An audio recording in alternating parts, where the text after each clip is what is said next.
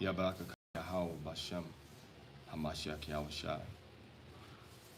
Today I want to talk to you about the Torah, Hindu Jainism, and AHIMSA veganism.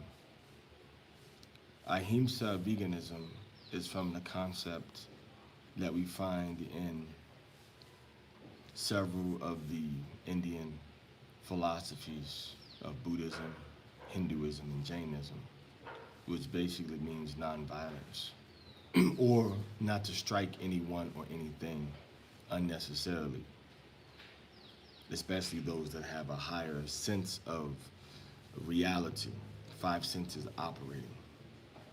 So this is a concept that we see being pushed as an extreme goal and doctrine in Jainism.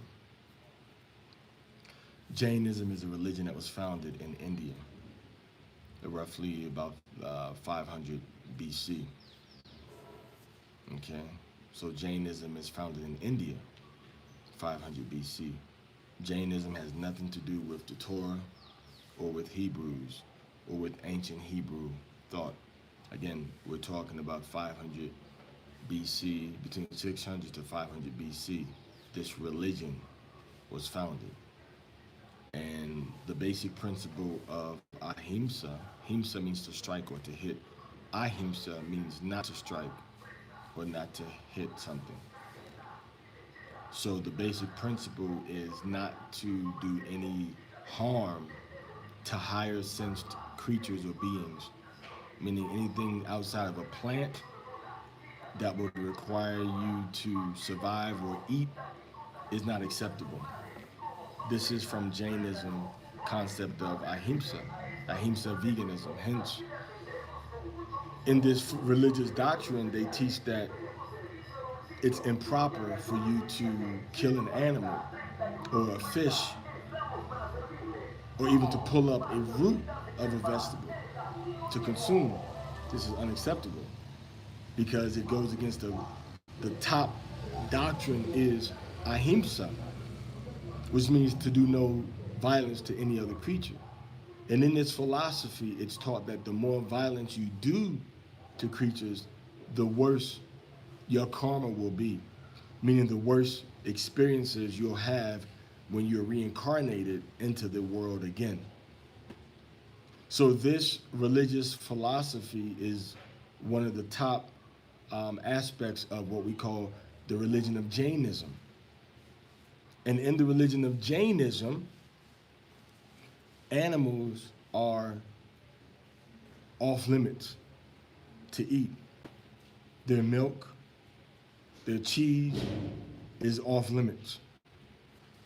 So we see this being applied in modern times through the concept of veganism. But veganism is not a new concept. Veganism is a religious concept that was introduced to the world through Hinduism and Buddhism and Jainism in order to reduce the payment that you had to make for doing harm to other creatures. So this is the philosophy that they've taught, okay? This is a philosophy that has been given to modern people from ancient writings, through religious texts. And sadly, these principles have been adopted by Israelite thought erroneously and actually against the Torah. The Torah teaches us that we are empowered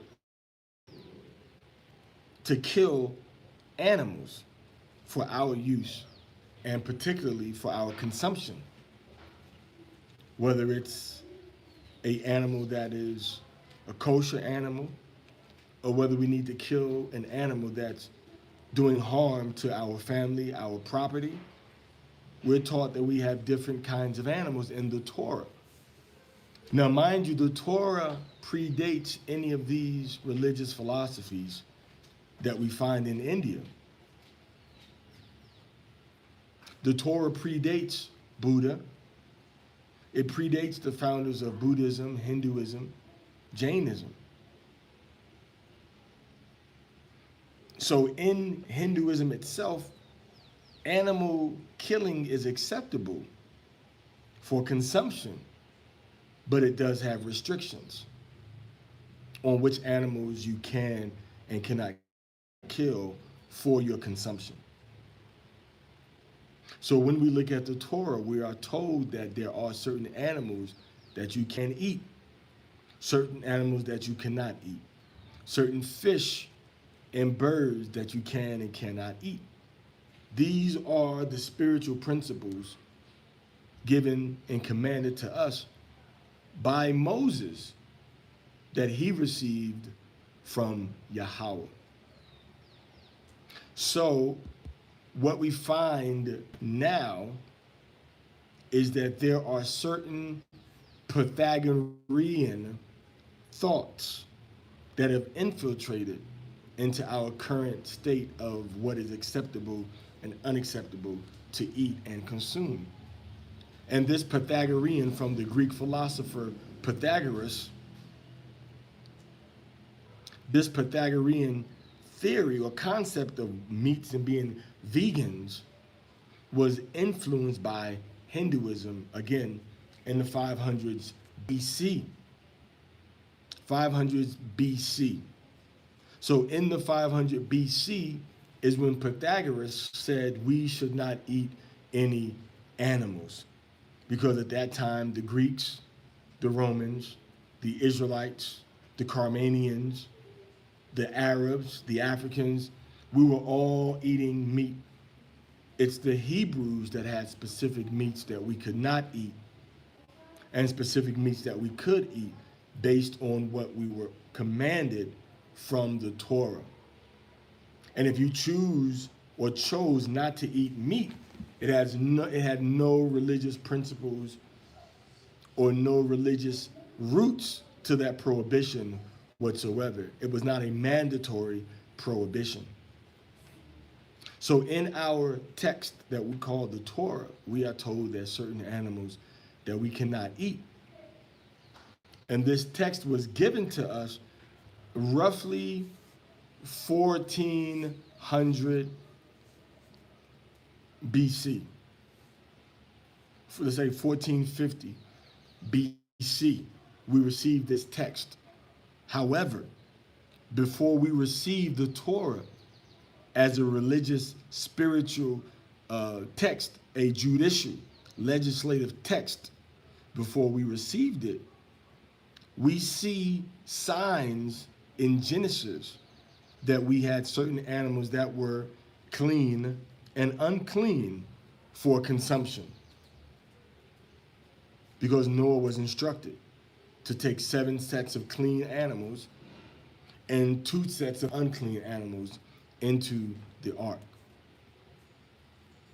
So we have a pre-Buddhist, we have a pre-Hindu, we have a pre-Jainism reckoning of clean and unclean foods, meats.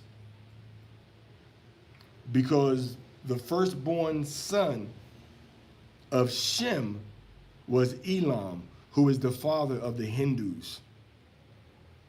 So he received proper instruction on clean and unclean animals. However, the descendants of Elam decided that what they received from their father Elam, from their grandfather Shem, and from their great-grandfather Noah was not sufficient.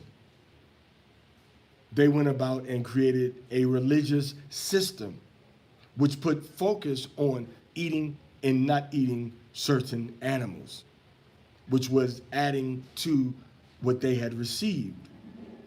So what Yahawah did, he said, I'm going to give you a uniform codified text of do's and don'ts. So Yahawah gives us this text in the form of the Torah. That is the text of right and wrong. However, now that veganism and vegetarianism is being pushed and promoted by brothers in America, because they've come across certain books, Gospel of the Holy 12, the Gospel of the Nazarenes, from the 1st century, allegedly, they are now trying to promote that you cannot, it is a sin to eat meat. You cannot eat meat. It's a sin to eat meat, which is totally opposite of what we read in the Torah. They say falsely that you cannot eat any form of meat whatsoever from a document that they allege was produced at some point in the 1st century, allegedly, which that's wrong. This is a Gnostic document that was fabricated and forged to promote Pythagorean, Buddhist, Jainist, and Hindu religious thought process. Why? Because once they can push these religious philosophies and we take these as correct actions, they call upon those same demons. And those same demons come to them and teach them. And those demons manifest what they want them to do, even as we see occurring now, if it means to go against Moses, the Torah, to twist and misinterpret the words of Jeremiah and Ezekiel against the Torah, which is the foundation of our community, our country, as Hebrew Israelites. So Jainism is the worship of different gods, following different philosophies of the heathen, of the Gentile nations. It's not something that has any connection with ancient Israel, okay? So this is something that we have to be very clear about, that you have to be clear about. You can't espouse something that's being taught to you by people who aren't solid in their own foundation, which is the Torah. Once we start to question the Torah and say the Torah is wrong, that opens the room to question any other thing that you claim you believe from that book that you call the Bible. The Bible is true. The Bible is accurate. But when you use the Bible to promote philosophies and doctrines that come from outside of the Bible, you're misusing the Bible. And we can no longer trust you as a representative of the purity and the sanctity of the Bible. Why? Because you're trying to turn the Bible against itself. And Christ HaMashiach told us, a house divided against itself shall not stand. So Torah, Hindu Jainism, and AHIMSA veganism, these things are not Hebrew in nature. These things are not Israelite in nature. These things show the influence of other philosophies, other cultures on our people, even to this day. If you teach the Torah, if you teach the Hebrew, and you come and contradict the Torah, you contradict what we read in the Hebrew, you are no longer a Hebrew. We can't look at you, honor you, and respect you with any degree of humility as being a Hebrew anymore. You are now a pagan wrapped in Hebrew skin. You are now an idolater wrapped in Hebrew skin. Jainism is a religion and is the first religion to promote full vegetarianism, with the higher levels at veganism. No animal products whatsoever, which is not something we find inside the Torah. So someone would have you to believe that anything we read about meat, or cheese or dairy being consumed in the Torah is an injection of liars. When the truth of the matter is that the book that they're using is a fabrication of liars. The book, the Gospel of the Holy 12, the Gospel of the Nazarites, that is a concoction of liars which teach against the Torah.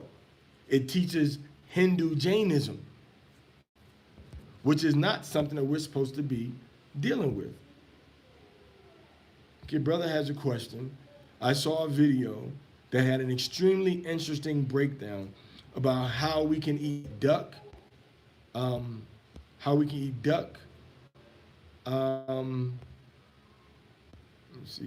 geese.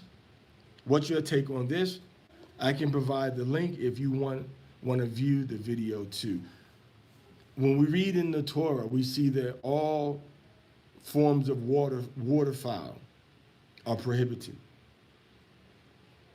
We see that there is a difference in these birds, that they have a higher content of grease, higher content of fat. Their bodies are different than the land birds that we can eat. So no, we cannot eat geese, and we can neither eat duck. If a person wants to eat geese and duck, know that they are going contrary to the Torah office of the government of Israel. So there'll be no excuse for their deviation against the standards that have been established by the teachers of the Torah of Yahawah, of Israel. So we have to understand that duck and geese are waterfowl. And when we see the birds that are mentioned in Leviticus chapter 11 and Deuteronomy 14, those are waterfowl. All right? Now, somebody might have a different perspective to say that what everybody's been doing for the past few decades and centuries is wrong, and they have some new information that is right. It's clear in the Torah. So any new information would be to refute what's being brought forth, not to try to corroborate it. Because again, waterfowl are unlawful. Waterfowls are not to be eaten. We see this clear in the Torah. So that's the foundation. If they cannot present anything from the Torah, then it wouldn't be something that we'd be interested in. If they cannot present something to say that these waterfowl are not really waterfowl, okay? These waterfowls are not really waterfowl, then that would be a new revelation. So if you do post a link, that's fine. But nonetheless, feel free to forward any future questions or points to banyaunite@gmail.com. BANYAUNITE@gmail.com. So Jainism teaches veganism as the highest form of religious growth and elevation. It teaches that this religious thought and elevation is what we need to practice and embrace in order to attain to the higher levels of this religious philosophy. You see? So it says we have to do this thing this way. That we have to do this way. So the things that they teach are against the Torah. I'm not really interested in anything that teaches against the Torah. We have to have a foundation and not move off of that foundation. And I think I'm saying it right. AHIMSA is the philosophy that's used to say that you have to be respectful of other forms of life and not kill any life. Well, Yahawah never said that. So who's saying this? The Torah never said this, so who's saying this? We have a book that came about, a book that was not even come about. I do not believe that what they call the Book of the Nazarenes and the Gospel of the Nazarenes or the Gospel of the Holy 12, I do not believe that is an ancient religious document. It's a fabrication in modern times. We have the Torah. We don't need Jainism. Veganism is Jainism. Veganism is not Torahism. It is not Hebrewism. It is not Israelitism. It is not Judaism. It is not Christianity. It is not Hinduism. I'm sorry, it is not Islam. Veganism comes from India. And the ancient culture that we come from didn't promote veganism. There was the Hindus that promoted this. So you're taking on a Hindu philosophy, which was used to attain higher spiritual rewards from karma, and you're not using it, nothing from the Torah. And the reason you know it's dealing with demons and evil spirits is that nobody has any foundation of it in the Torah. The only way you can promote it is to go against the Torah. That's the only way you can promote any form of veganism and vegetarianism, because you won't find anything in the Torah that talks about veganism or vegetarianism. You'll find nothing. So the only way to discredit what the Torah says about meat is that you have to try to say that the Torah is wrong, that the Torah is false, that the Torah was tampered with, that Ezekiel and Isaiah had it right. But Ezekiel and Isaiah could have been tampered with as well, if we want to start to play that game, which is why I never play the game of this was wrong without being able to show you in the Hebrew text that something was translated wrong. I never say, well, the Bible is wrong and this book over here is right, because it tells us the truth. We can trust it over the Bible, over the Torah. And those brothers that are misled in that direction are being misled by evil spirits, lying spirits of Hashatan, meant to cause people to put more reliability in man-made books and less reliability into the divinely inspired, the divinely guided Torah that we have in the original Hebrew text. That is the foundation of what we interpret as right and wrong. If you have anything that contradicts that, you are being entertained for wickedness as a vessel of Hashatan. Whether you want to believe it or not, accept it or not, acknowledge it or not, it is the truth. The gospel of the Holy 12 is a demon-inspired, a man-made inspired, a earthly, philosophically inspired book. The gospel of the Nazarenes is a demonic, wicked, inspired book that has nothing to do with the Torah or of Hamashiach. This is the truth. Whether you accept it, whether you believe it, whether you like it or not, this is the truth. And one thing that we cannot change is absolute infinite truth. And the Torah is the absolute infinite word of Yahawah. So for you to teach that someone has the power for 2,000 years, for at least 500 years to misrepresent through a written format of a wrong Torah found in every Bible, you are undermining the power of the Creator, and you are giving all of the power and credit to the Gentiles that were able to undo what God did not want undo, that were able to teach lies that God did not want taught through his book. And it's a sad state of affairs when you have to sink so low as to say, no, the Torah is wrong, and the gospel of the Holy 12 that says don't eat meat, this book is right, and the Torah is wrong. Next thing you know, people will be saying you can only have one wife. Next thing you know, people will be saying that Sunday is a day of worship. Next thing you know, people will be saying we don't need to use the Torah at all. Or we can what? Pick and choose what parts of the Torah apply and what part doesn't apply. That's a very wicked aspect to look at the Torah. We cannot look at it that way. We must disavow anything taught from pagan religions of Jainism, which contradict the Bible. And Jainism contradicts the Bible. At its fundamental core, veganism contradicts the Bible at its fundamental core. Vegetarianism contradicts the Bible at its fundamental core. So if you want to say, okay, we're going to go back to Genesis chapter 1, and we're going to do everything in Genesis chapter 1. I don't want to see no cars. I don't want to see no electricity. I don't want to see no internet. I don't want to see no clothes. But again, the people that teach that Genesis chapter 1 is wrong, they don't embrace the whole lifestyle of Genesis chapter 1. They embrace one aspect that they think Genesis chapter 1 teaches, which is don't hurt the aminos.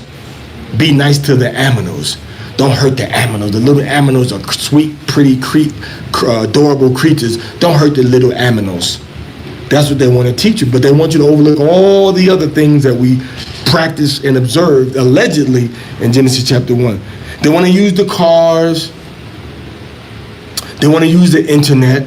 They want to use cell phones and computers. One thing I respect about the old school Amish is that they practice what they preach. If they say nothing after 1800s, they don't do it.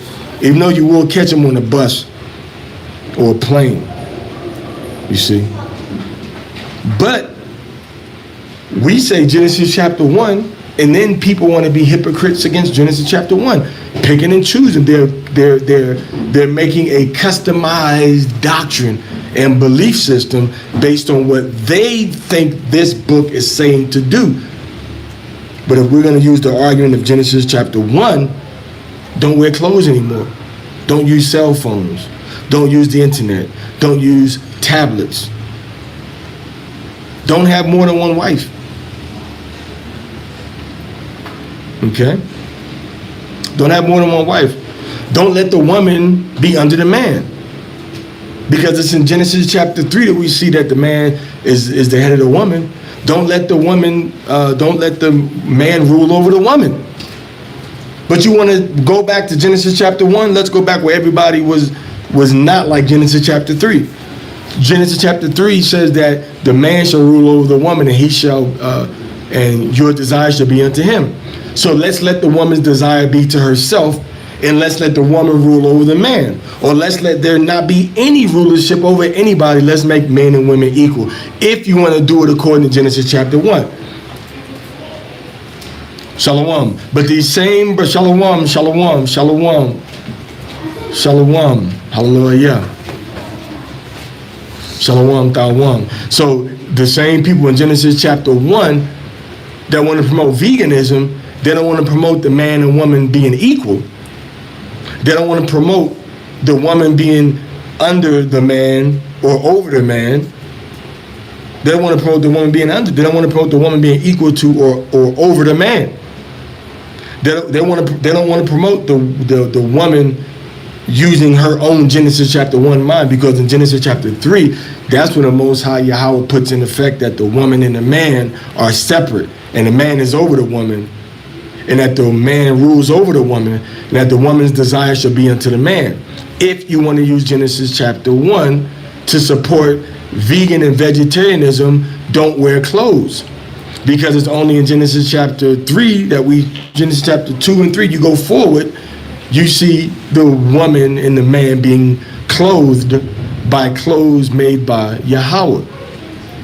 If you want to use Genesis chapter 1, make friends with the lions and the leopards in the wilderness. If you want to use Genesis chapter 1, don't use electronic devices. But these brothers are not being collective in Genesis chapter 1. They're picking parts of Genesis chapter 1 out and saying, don't kill the animals. As if that's the main problem that we have in our society now, is eating animals.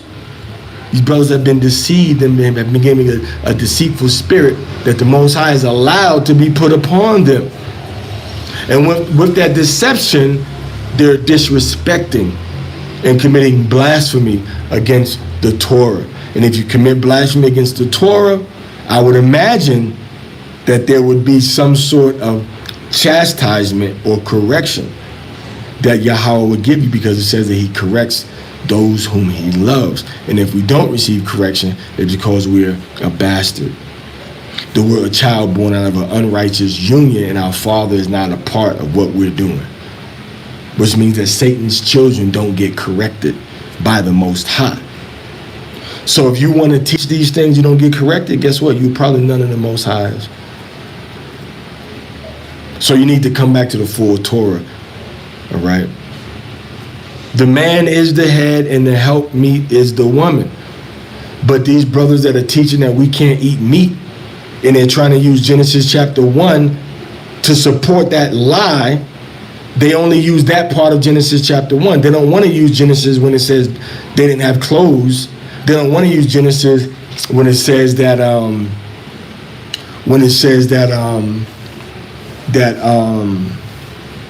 they were just eating the things that were growing. You think Adam and Eve were cooking? Were they cooking? So people want to disregard the rest of Genesis chapter 1 and want to wear their name brand clothes and live in the cities and use cars and technological devices that weren't in Genesis chapter 1. But to show you how wicked Satan is, he has deceived even them in their own lie. So we're going to look at everything in Genesis chapter 1 and say the only thing we repeat and implement from Genesis chapter 1 is going to be don't eat no meat. But everything else that we did after Genesis chapter 1, we're going to continue to do it. We're going to continue to make sure that it stays in effect. And this is where they go wrong at. What's up? Okay. I saw it somewhere. So anything else that's not in Genesis chapter 1, maybe it's in there. In Genesis chapter 1, maybe anything else in Genesis chapter 1, we're gonna overlook that. We're gonna just use this part because it's a spirit. All of the ancient demons we worshipped in the old world are coming back now. All the ancient spirits that followed us are manifesting themselves now. And the way that they get you is that you have to come against the Torah. You have to come against what King David wrote. You have to come against what the prophets wrote. You have to make God, Yahawah, seem like a crazy lunatic that just let all kinds of people do all kinds of wrong things to his book. And he had no power and control over it. And now this new book that we found, the book of Enoch, the gospel of the Holy 12, it's going to correct the mistakes that Yahawah made. And if you want to follow that wicked, stupid, very ridiculous train of thought, what makes you think that these other books that you found are the truth? If the Bible is wrong, what makes these other books right? If the Bible is wrong, what makes the other books right? Ain't there prophecy. There's no history of our people. There's no proof of who we are in these other books. But you want to say, oh, these books are wrong in the Bible, but the books outside the Bible, we found the truth now. These books are right and the Bible is wrong. You of the devil. You need to repent. And if you follow that false philosophy doo-doo, you need to repent of it and come back to the Torah. Come back to Yahawah, Yahweh Shai, and Moses. What makes if once the Bible is wrong, once you say the Bible is wrong, excuse my language, but ain't no other book worth shit. Period. Once you say the Bible is wrong, all these other books have no credibility, ain't worth shit. Because the Bible is wrong, and now this book over here is right, and this book is right, and this book is right. But these books don't even agree with each other. So once the Bible is wrong, we don't got no other books to go to. What makes you think that this book is right then? If the Bible is wrong, what makes this book right? See, the Bible has a history of translations, of being migrated and moved around the world and around the globe and being held in principle by different people. These other books don't have no history. They have no communities that were using them. Going back to the 1200s, the 1600s, who was using the gospel of the Holy 12, the gospel of the Nazarenes in the 1200s? Plenty of people had the Torah at that time. Who was using the gospel of the Holy 12 in the 500s AD? Nobody. So now we're going to say that these books are right and that the Torah is wrong. You got to be out of your mind, man. The Torah is true. Genesis and Revelation. They may have some things that were translated wrong or could have been translated better here and there. But when we look at the Greek and the Hebrew records, which we have intact, we can compare the English to the older languages. But these gospel of the Holy 12, what do we have to compare it to? We have an English translation. What is the source? We don't have a source. Jainism, we see Hinduism branched off into, some of the Hindus branched into Jainism. And when they went into Jainism, they said, we can't eat meat. We're not going to eat any types of vegetables that we have to pull up from the root. We're not going to eat that stuff no more. We're not going to eat any type of meat whatsoever no more. So we can see this develop in history. And then we see the gospel of the Holy 12 picking up where the pagan religions left off at. But they had a record. Gospel of the Holy 12 has no record. The Torah has a record. Hinduism has a record. Jainism has a record. Veganism has a record. And those records don't connect to the Bible. The records of Hinduism, veganism, vegetarianism, and Jainism don't connect to the Torah. They don't connect to the Bible. They connect back to Elam in India or the Indus Valley. They don't connect back to us or our prophets. So why would we be interested in using these books? You have an English book that was translated recently in recent history, and you say this is the inspired word of God Almighty, or this is what men wrote, but it contradicts the Torah that has been here for centuries. So we're not going to use those books. We're not going to be Jainist. We're not going to be Jain. We're not going to follow Jainism. We're not going to follow vegan and vegetarianism. And it's a sad state of affairs when you have Israelites pushing a diet of non-meat as a high religious principle. Why? Because it's a direct replication of what's taught in Jainism. It's specifically taught in Jainism that refraining from harming any animals or birds or fish in your diet is a higher religious principle.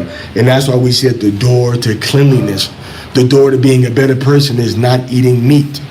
So I guess the Jains are some of the most religiously, spiritually pure people on the planet. But guess what? They still don't have the Torah.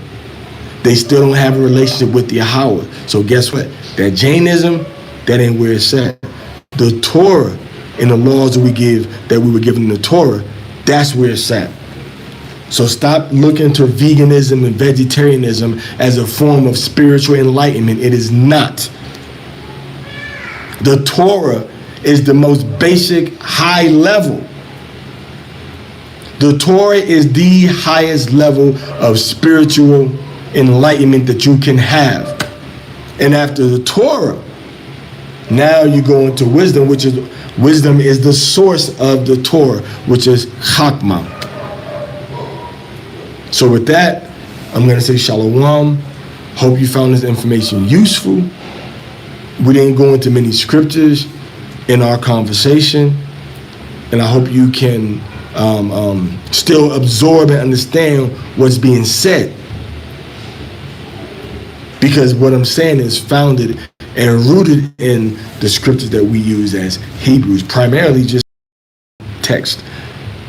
Leviticus 11 and Deuteronomy 14, where we have the dietary laws that allow us to eat certain kinds of flesh, from fish to birds to animals on the land. Okay, Yasha Allah, I love you all. Shalom Lakum.